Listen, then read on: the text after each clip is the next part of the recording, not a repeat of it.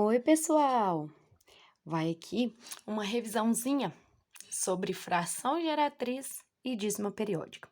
Primeira coisa, nós temos que saber o que é uma fração geratriz. Uma fração geratriz é uma fração que gera uma dízima periódica. Gera uma dízima periódica.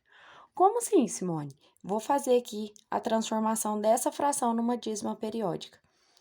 Para a gente transformar a fração no número decimal, nós sabemos que é só fazer a divisão. Então, aquela divisão simples. 7 não dá para dividir por 9. Então, quer dizer que nós vamos ter casas decimais. 70 dividido por 9, gente, 7 vezes 9 dá 63. Então, 7 vezes 9 é 63. Aqui vai me sobrar 7. 70 dividido por 9. 7 de novo, porque vai dar 63. E assim vai. Nós vamos ver que essa aqui vai ser uma dízima periódica simples, com um período apenas. Eu já falei com vocês outros vídeos que nós temos que a representação de uma dízima periódica, ela pode ser essa aqui também, usando o tracinho em cima, né? Na qual identifica para nós que o 7 tem infinitas casas decimais. Então, uma fração geratriz é uma fração que gera uma dízima periódica. Beleza. Agora, o nosso segundo passo é diferenciar uma dízima periódica simples de uma dízima periódica composta. A dízima periódica simples é aquela que nós temos após a vírgula, a primeira casa decimal já é o meu período. Nós temos aqui, ó, dízima periódica com o número com a parte inteira, não tem problema.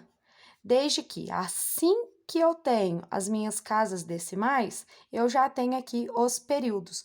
No caso, o 3 é meu período, aqui o 52 é meu período. Então, aqui eu tenho um período e aqui eu tenho dois períodos.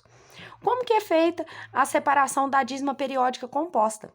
É aquela que antes de começar o período, olha ali, o meu período é o 3, 3, 3, 3. Antes de ter o período, eu tenho aqui um número que não é período. A gente costuma chamar ele de intruso. Nós temos aqui um número que estraga a dízima periódica simples. Então, pode ter número inteiro também, não tem problema. Olha lá, esse aqui também é uma dízima periódica composta. Por quê?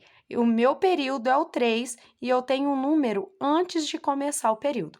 O que nós temos na parte inteira, ele não importa para nós, né? Então, se eu tiver a parte inteira, beleza. O que eu vou verificar para ver se é uma dízima simples ou uma dízima composta é se eu tenho apenas casas decimais já com a dízima periódica, com o meu período, já com a repetição, ou se eu tenho um número antes de começar as minhas repetições.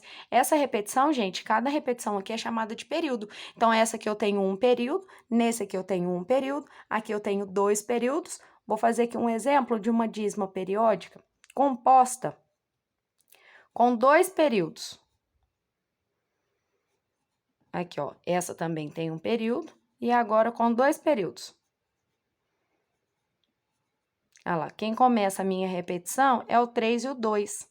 Então, o meu período é o 3 e o 2, e o número 4 não é período, porque ele não se repete.